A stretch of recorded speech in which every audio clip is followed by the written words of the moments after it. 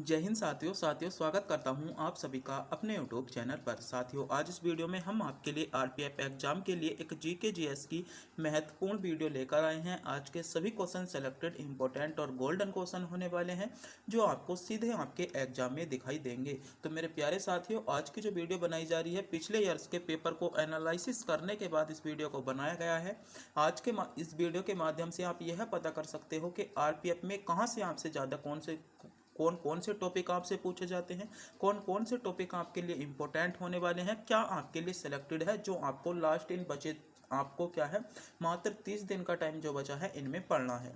तो बिना टाइम गवाए करते हैं वीडियो को स्टार्ट। अगर आप भी इससे पहले हमारे चैनल पर नए हो, चैनल को सब्सक्राइब, वीडियो को लाइक और अपने दोस्तों के पास वीडियो को शेयर जरूर कर देंगे।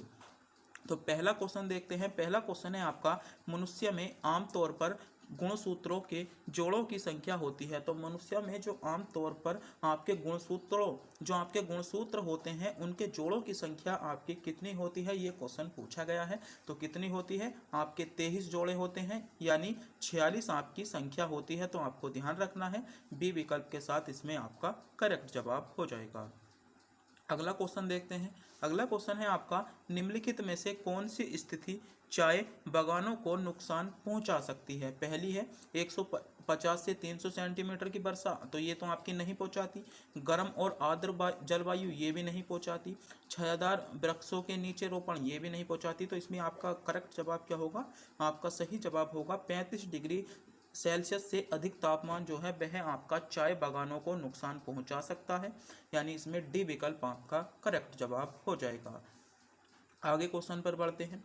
अगला क्वेश्चन है आपका, निम्नलिखित में से किस लड़ाई में ईस्ट इंडिया कंपनी ने मैसूर पर कब्जा किया था। बहुत ही ज़्यादा इंपॉर्टेंट क्वेश्चन है ये, इस क्वेश्चन को आप नोट कर लेंगे। 100% आपको इस क्वेश्चन के पूछे जाने के चांसेस हैं।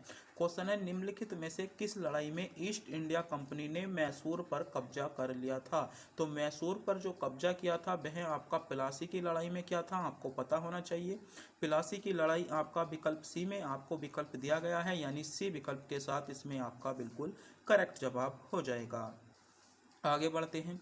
अगला क्वेश्चन है आपका, निम्न में से किसमें 4 कक्षीय हृदय पाया जाता है। इंपॉर्टेंट क्वेश्चन है, बायोलॉजी का क्वेश्चन है। क्वेश्चन है, निम्नलिखित में से किसमें 4 कक्षीय हृदय है। तो मेरे प्यारे साथियों, 4 कक्षीय हृदय आपका किसमें पाया जाता है।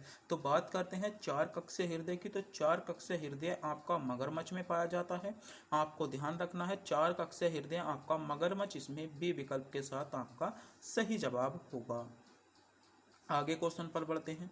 अगला क्वेश्चन है, चंद्रगुप्त मौर्य का उत्तराधिकारी कौन था। बहुत ही ज़्यादा इंपॉर्टेंट क्वेश्चन है। तो आपको पता होगा, रेलवे एग्जामों में आधुनिक इतिहास और आपका हिस्ट्री से का जो वर्चस्व रहता है बहुत अधिक रहता है। लगभग बहुत ज़्यादा क्वेश्चन आपके क्या हैं, आपके हिस्ट्री से ही पूछ ले जाते हैं। तो क्वेश्चन पूछा गया है, चंद्रगुप्त मौर्य का उत्तराधिकारी कौन था। तो मेरे प्यारे साथियों, जो चंद्रगुप्त मौर्य का उत्तराधिकारी था वह था आपका बिंदुसार, यानी बिंदुसार विकल्प बी में आपको दिया गया है। बिंदुसार बी विकल्प के साथ इसमें आपका करेक्ट जवाब होगा।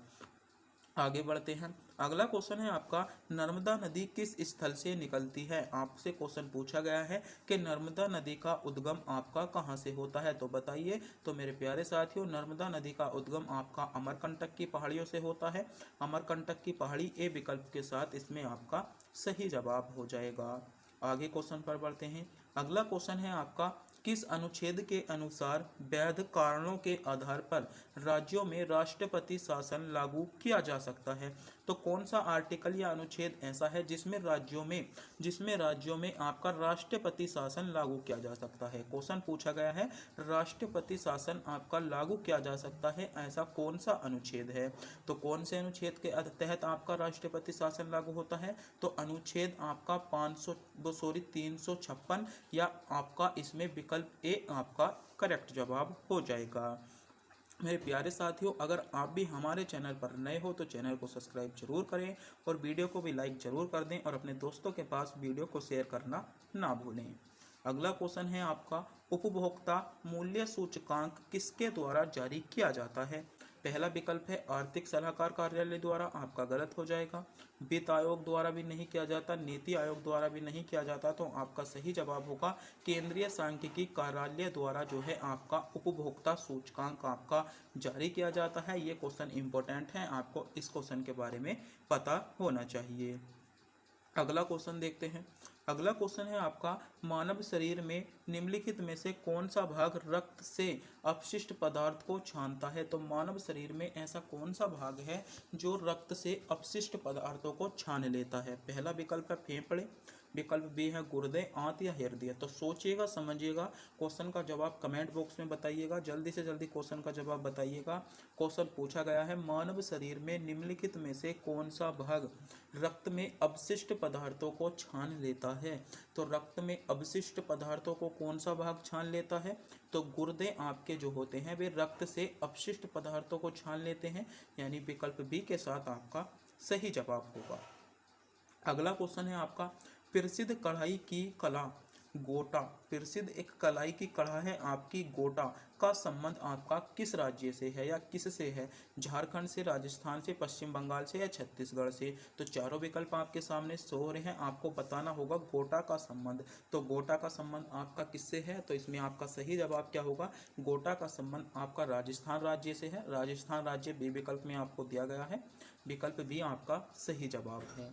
अगला क्वेश्चन देखते हैं। अगला क्वेश्चन आपसे पूछा गया है इथियोपिया की राजधानी है। तो इथियोपिया की राजधानी आपको बता रहा है, तो आदिस अबाबा जो है इथियोपिया की राजधानी है। ये विकल्प आपका सही जवाब होगा।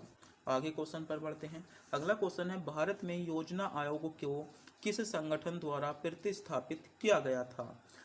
क्वेश्चन इंपॉर्टेंट है, क्वेश्चन पूछा भी जाता है कि भारत में जो योजना आयोग था इसे किस संगठन द्वारा प्रतिस्थापित कर दिया गया था। तो किस संगठन द्वारा किया गया था, नीति आयोग द्वारा। नीति आयोग द्वारा नरेंद्र मोदी ने आपका क्या कर दिया था, इसे आपका इस संगठन को क्या कर दिया था, प्रतिस्थापित कर दिया था, यानी बी विकल्प आपका करेक्ट जवाब होगा। अगला क्वेश्चन है किस अनुच्छेद के अंतर्गत भारत में उच्च न्यायालय रिट या आदेश जारी कर सकते हैं। पहला विकल्प है अनुच्छेद आपका 131, अनुच्छेद एक आपका 32, अनुच्छेद 226 या अनुच्छेद 143। तो बताइएगा आपसे क्वेश्चन पूछा गया है कि उच्च न्यायालय रिट जारी कर सकते हैं, तो वे आपका किसमें कहा गया है। तो आर्टिकल आपका 226 में कहा गया है, यानी सी विकल्प इसमें आपका बिल्कुल सही जवाब हो जाता है। आगे क्वेश्चन देखते हैं। अगला क्वेश्चन है आपका काकोरी कांड में कौन सा क्रांतिकारी समूह शामिल था। तो बताइए काकोरी कांड में आपसे पूछा गया है काकोरी कांड में कौन सा क्रांतिकारी समूह आपका शामिल था। तो काकोरी कांड में कौन सा क्रांतिकारी समूह शामिल था। तो वह था आपका Hindustan Republican association. Hindustan Republican आपका एसोसिएशन जो था वह आपका काकोरी कांड में क्या था, एक क्रांतिकारी समूह शामिल था, यानी ए विकल्प इसमें आपका बिल्कुल सही जवाब हो जाएगा। अगला क्वेश्चन है बुद्ध को निम्नलिखित में से किस स्थान पर ज्ञान प्राप्त हुआ। तो मेरे प्यारे साथियों, जो बुद्ध को ज्ञान प्राप्त हुआ था आपका बोध गया में हुआ था। बोध गया डी विकल्प आपका इसमें सही जवाब है। अगला क्वेश्चन है कुचिपुड़ी नृत्य निम्नलिखित में से किस राज्य से संबंधित है। तो कुचिपुड़ी नृत्य, कुचिपुड़ी का संबंध कहाँ से है। तो कुचिपुड़ी नृत्य का संबंध आपका आंध्र प्रदेश से है, यानी विकल्प 3 में आपको आंध्र प्रदेश दिया गया है। अगला क्वेश्चन है निम्नलिखित में से कौन सी भारतीय संविधान की विशेषता नहीं है। तो भारतीय संविधान की विशेषता नहीं है, तो दोहरी नागरिकता जो है भारतीय संविधान की विशेषता नहीं है, क्योंकि भारतीय संविधान में क्या है, एकल नागरिकता है, आपको ध्यान रखना है। तो दोहरी नागरिकता आपकी भारतीय संविधान की विशेषता आपकी नहीं है। अगला क्वेश्चन है भारतीय संविधान के भाग 5 में अनुच्छेद 52 से आपका 78 से संबंधित है। पहला है राष्ट्रपति, संघ की कार्यपालिका, संविधान संशोधन या भारतीय वित्त आयोग। तो आपका भाग 5 या अनुच्छेद 52 से 78 आपका संघ की कार्यपालिका से संबंधित है, यानी 2 विकल्प आपका सही जवाब है। अगला क्वेश्चन पूछा गया है धारा का एसआई मात्रक आपसे पूछा गया है। तो धारा का एसआई मात्रक क्या होता है, सभी बच्चों को पता होगा। धारा का एसआई मात्रक आपका एम्पियर होता है, आपको ध्यान रखना है, एम्पियर आपका बिल्कुल सही जवाब है। अगला क्वेश्चन है, गर्मियों में उत्तर भारत में बहने वाली गर्म स्थानीय हवा क्या कहलाती है? तो गर्मियों में जो आपकी स्थानीय हवा है क्या कहलाती है? तो गर्म हवा आपकी लू कहलाती है। लू आपको विकल्प सी यानी तीसरे विकल्प में आपको दिया गया है। अगला क्वेश्चन है, निम्नलिखित में से किस पौधे का उपयोग सर्दी और खांसी को ठीक करने के लिए किया जाता है? तो ऐसा कौन सा पौधा है जिसका प्रयोग सर्दियों में आपका खांसी सर्दी के उपाय और खांसी के उपाय में किया जाता है? तो वह आपका कौन सा पौधा है? तो आपका सही जवाब होगा तुलसी का प्रयोग हम जो करते हैं वह हम खांसी और आपकी सर्दी को ठीक करने में करते हैं। तुलसी इसमें आपका सही जवाब है जिन बच्चों ने विकल्प तुलसी को चुना है। आगे बढ़ते हैं। अगला क्वेश्चन है आपका, ओजोन परत किस प्रकार के विकिरण को अवशोषित करती है? ओजोन परत जो है वह आपके किस प्रकार के विकिरण को अवशोषित करती है? तो बात कर रहे हैं ओजोन परत की। तो ओजोन परत जो करती है पराबैंगनी विकिरण को ओजोन परत अवशोषित करती है, यानी पराबैंगनी विकिरण इसमें विकल्प 2 में आपको दिया गया है। अगला क्वेश्चन देखते हैं। अगला क्वेश्चन है, बिहू त्योहार किस राज्य से संबंधित है? तो असम से संबंधित है। अगला क्वेश्चन है, भरतनाट्यम शैली निम्नलिखित में से किस राज्य से संबंधित है? तो भरतनाट्यम आपकी तमिलनाडु की है। अगला क्वेश्चन है आपका, निम्नलिखित में से कौन सी संख्या शतरंज में इस्तेमाल होने वाले सफ़ेद मोहरों की संख्या का सबसे अच्छा बोला था, अच्छी नहीं है, सबसे अच्छा उदाहरण है या सबसे अच्छा वर्णन करती है? तो कौन सी संख्या है? तो संख्या 16 जो है वह शतरंज में आपकी इस्तेमाल होने वाली सफ़ेद मोहरों को क्या करती है? आपका अच्छा वर्णन करती है, यानी संख्या 16। इसमें विकल्प सी भी बोल सकते हैं या विकल्प 3 भी इसको बोल सकते हैं, आपका सही जवाब होगा। अगला क्वेश्चन है, 8वीं सदी में भारत में निम्नलिखित में से किस पाल राजा के संरक्षण में विक्रमशिला विश्वविद्यालय? तो आपकी धर्मपाल हो जाएगा। अगला क्वेश्चन है, निम्नलिखित नर्तकों में से उड़ीसा राज्य में पद्म विभूषण पुरस्कार से सम्मानित होने वाले प्रथम नर्तक कौन थे? तो पद्म भूषण से आपके सम्मानित होने वाले प्रथम नर्तक कौन थे? तो आपके कौन थे? तो आपका सही जवाब होगा आपका केलूचरण महापात्र। कौन थे? केलूचरण महापात्र थे, यानी विकल्प इसमें पहला ही आपका सही जवाब होगा, केलूचरण महापात्र इसमें आपका सही जवाब होगा। अगला क्वेश्चन है, लूनी नदी किस राज्य समूह में बहती है? पहला विकल्प है महाराष्ट्र और कर्नाटक में, दूसरा विकल्प है आंध्र प्रदेश और तेलंगाना में, तीसरा विकल्प है आपका राजस्थान और गुजरात में, चौथा विकल्प है बिहार और पश्चिम बंगाल में। आपसे क्वेश्चन पूछा गया है लूनी नदी किस राज्य समूह में बहती है? तो लूनी नदी जो बहती है वह आपकी राजस्थान और गुजरात वाले एरिया में बहती है। तो राजस्थान और गुजरात आपको विकल्प सी या विकल्प 3 में आपको दिया गया है, राजस्थान और गुजरात इसका सही जवाब होगा। अगला क्वेश्चन है, महात्मा गांधी की जयंती भारत में राष्ट्रीय पर्व के रूप में बनाई जाती है, निम्नलिखित में से किस वर्ष आपका गांधी जी का जन्म हुआ था? तो गांधी जी का जन्म आपका 1869 में हुआ था, आपको पता होगा 1869 आपका करेक्ट जवाब है। अगला क्वेश्चन है, निम्नलिखित में से कौन सा स्थान वर्ष 1917 में गांधी जी के सत्याग्रह से संबंधित है? तो आपको बताना है निम्नलिखित में से कौन सा स्थान वर्ष 1917 के गांधी जी के सत्याग्रह से संबंधित है? तो कौन सा स्थान है? आपका चंपारण सही होगा। इसमें चंपारण जो सत्याग्रह हुआ था आपका 1917 में हुआ था, यानी विकल्प बी इसमें आपका करेक्ट जवाब हो जाएगा। अगला क्वेश्चन देखते हैं। अगला क्वेश्चन है, मार्च 2023 तक की स्थिति के अनुसार भारत में कितने उच्च न्यायालय हैं? तो मार्च 2023 तक या वर्तमान में भी बोल सकते हैं आपके 25 उच्च न्यायालय हैं, यानी इसमें विकल्प सी आपका करेक्ट जवाब है। अगला क्वेश्चन है, निम्नलिखित में से कौन ऐसे सरोद वादक हैं जिसे सरोद सम्राट के नाम से जाना जाता है? इंपॉर्टेंट क्वेश्चन है, क्वेश्चन पूछा गया है कि सरोद सम्राट के नाम से किसे जाना जाता है? तो उस्ताद आपके अमजद अली खान बसंग को उपजद आपका क्या है? उस्ताद अमजद अली खान बसंग को जाना जाता है, वह आपका सरोद सम्राट के नाम से जाना जाता है, आपको ध्यान रखना होगा।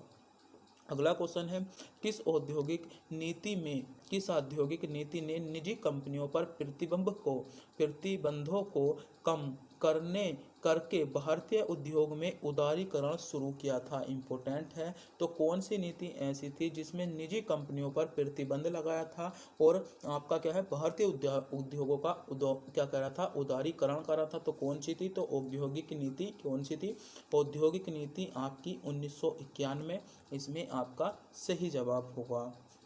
अगला क्वेश्चन है, गंडक नदी किस नदी की सहायक नदी है। तो गंडक नदी आपकी कौन सी नदी की सहायक नदी है, गंडक नदी आपकी गंगा नदी की सहायक नदी है। आपको ध्यान रखना है, गंगा नदी विकल्प डी या विकल्प 4 में आपको दिया गया है। अगला क्वेश्चन है कि 1875 में न्यूयॉर्क में थियोसॉफिकल सोसाइटी की स्थापना किसने की थी। इंपॉर्टेंट क्वेश्चन है, तो आपको पता होना चाहिए कि इसकी स्थापना आपकी किसने की थी। ये क्वेश्चन आपसे पूछा जा सकता है। तो किसने की थी, आपका इसमें सही जवाब क्या होगा, इसमें जो करेक्ट जवाब होगा ए विकल्प के साथ आपका सही जवाब हो जाएगा। अगला क्वेश्चन है, लता मंगेशकर को वर्ष 2001 में निम्नलिखित में से किस पुरस्कार से सम्मानित किया गया था। तो लता मंगेशकर को जो आपका वर्ष 2001 में सम्मानित किया गया था वह आपका भारत रत्न से सम्मानित किया गया था। आपको पता होना चाहिए, ए विकल्प इसमें आपका सही जवाब हो जाएगा। अगला क्वेश्चन है, जनगणना 2011 के अनुसार सर्वाधिक जनसंख्या वाला जिला कौन सा है। तो जनगणना 2011 के अनुसार जो सर्वाधिक जनसंख्या वाला जिला है वह आपका कौन सा है। तो आपका इसमें सही जवाब क्या होगा, थाने आपका इसमें करेक्ट जवाब हो जाएगा। क्या हो जाएगा, थाने इसमें आपका सही जवाब हो जाएगा। जो आपको विकल्प के अनुसार इसमें आपका थाने इसमें सही जवाब है। अगला क्वेश्चन है आपका, निम्नलिखित में से तय में से किसमें भारी और पक्षी की री विशेषता है। तो कौन सी विशेषता है, तो इसमें आपको बताना होगा। तो ये आपकी होगी आपकी नियततापी प्रणाली। नियततापी प्रणाली आपका इसमें डी विकल्प के साथ आपका सही जवाब होगा। अगला क्वेश्चन है, भारतीय संविधान की गणतंत्र विशेषता किस देश के संविधान से ली गई है।